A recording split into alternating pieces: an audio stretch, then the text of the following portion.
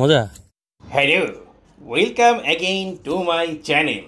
হ্যাঁ, আমার খুব প্রিয় ভাজন কিছু কন্টেন্ট ক্রিয়েটরদের সাথে চলে এসেছি একটা রিসোর্টে ঘুরতে। এটা একটা লাইফ টাইম এক্সপিরিয়েন্স যে আমি যাদের ব্লগ দেখি তারা সবাই একসাথে ঘুরতে এসেছি, দেখছি, ঘুরছি ফিরছি যে কে কী ব্লগ তৈরি করে। হ্যাঁ, আমরা এসেছি মুন্সিগঞ্জের ডালেস আম্বার নিবাস রিসোর্টে। হ্যাঁ, রিসোর্টের এন্ট্রান্সটা একটু কেমন যেন। হ্যাঁ, পাশে আমি যেটাকে প্রথমে পাপোশ মনে করেছিলাম, পরে দেখি এটা জলজন্ত একটা পাপোশ। হ্যাঁ, রিসোর্টের মেইন এন্ট্রান্সের পরে যার একটা এন্ট্রান্স আছে, সেখানে দেখলাম টিকিট কেটে আশপাশের লোকাল মানুষজন এর মধ্যে ডে লং প্যাকেজ হিসেবে ঢুকছে।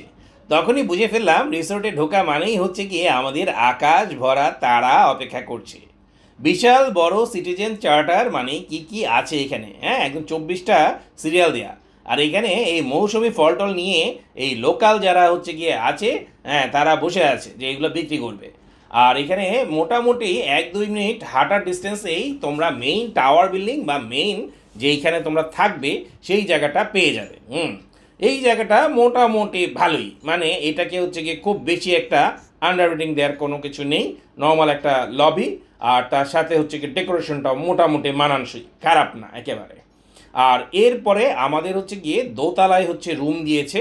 হ্যাঁ, লিফটও ছিল, কিন্তু দোতলায় একটু হেঁটে হেঁটে উঠলুম, দেখলুম কি আছে। ও, ডিমের কুসুম, হাফ বয়েল এগ, পুরা হাফ বয়েল এগ একটা দেখা যাচ্ছে, মাত্র ডিম থেকে বের হয়ে গেল।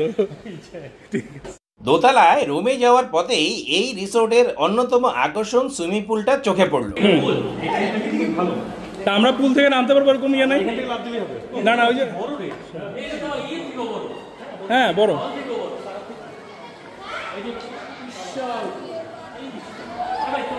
না নিচে প্রাইভেসি থাকতো না ভাই, নিচে প্রাইভেসি থাকতো না।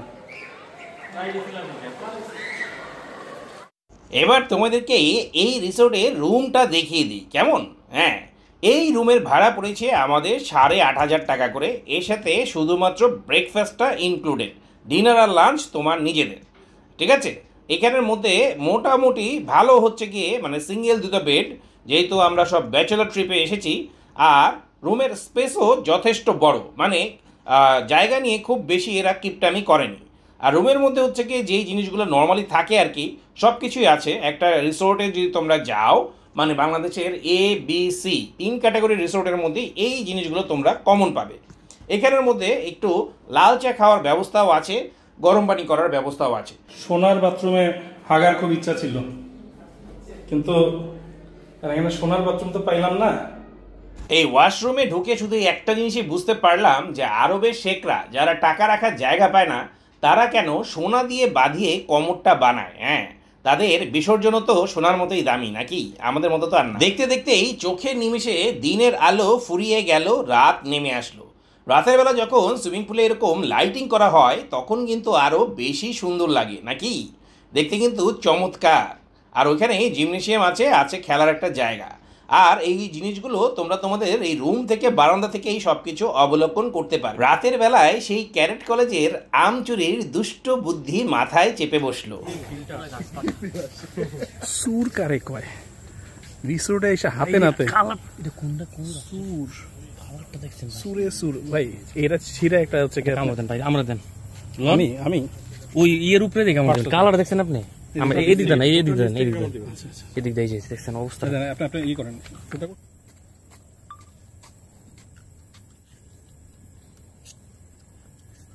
আমি একটা কামড় দিব দেন। মজা ভাই, সেই মিষ্টি।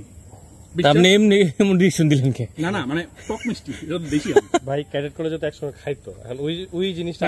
পরের দিন সকালে স্নিগ্ধ সকালবেলা, পুলের মধ্যে একদম ফাঁকা, কেউ নেই। চলে আসলাম ব্রেকফাস্ট খেতে।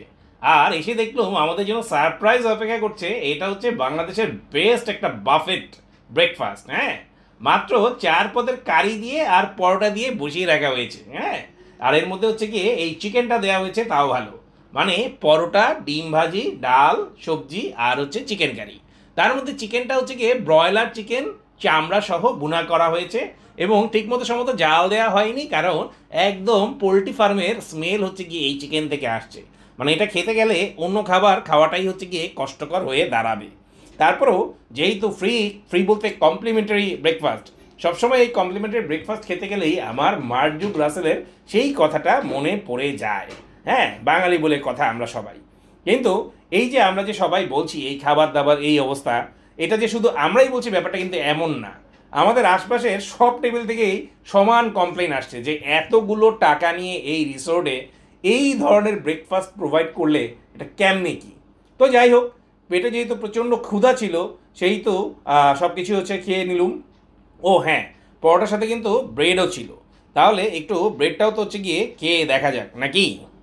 ব্রেডের সাথেও বাটার আর হচ্ছে গিয়ে ডিম অমলেট হচ্ছে কি নিয়ে আসলাম। হ্যাঁ, তোমাদের অমলেট আর মামলেটের পার্থক্য মনে আছে তো? হ্যাঁ, যদি অমলেট আর মামলেটের পার্থক্য মনে থাকে তাহলে অবশ্যই কমেন্ট বক্সে জানাবে যে কোনটা অমলেট আর কোনটা মামলেট। কেমন? হ্যাঁ, ব্রেড দুটো খেতে পারবো না, একটা হচ্ছে গিয়ে শিকদার ভাইকে দিয়ে দিলাম, আর এদিক দিয়ে হচ্ছে গিয়ে এই অমলেট নিয়ে হচ্ছে ব্রেড দিয়ে হচ্ছে খেলুম। আর তার মধ্যে একটু বাটার মাখানোতে একটু টেস্টের হচ্ছে গিয়ে প্রাপ্তি এসেছে আর কি।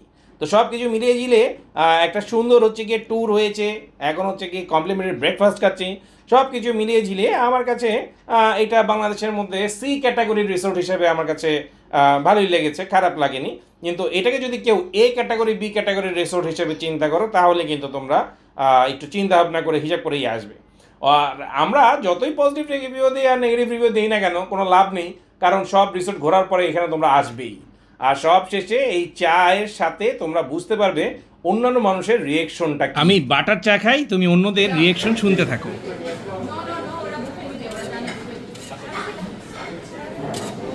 না, জানা না, নো, হতেই পারে না। এটা দেখেন, দেশের অন্যতম জঘন্য বুফে খাওয়ার পরে তাইলে আমরা এতক্ষণ নেগেটিভ রিভিউ দিচ্ছি, ঠিকই আছে। কি করছে? এতক্ষণ আমরা নেগেটিভ রিভিউ দিচ্ছি, ঠিকই আছে। তাইলে হ্যাঁ, ওদের ওই সমস্যা আছে। ঢালি সাম্বার নামটা পরিচিত হয়ে গেছে তো। পানির উপর অনেক কিছু অনেকেই বলে, গেটে খাইতে আসছে অনেকে। কালকে সুইমিং পুলটা একটা পজিটিভ স্যার, আর কিছু না।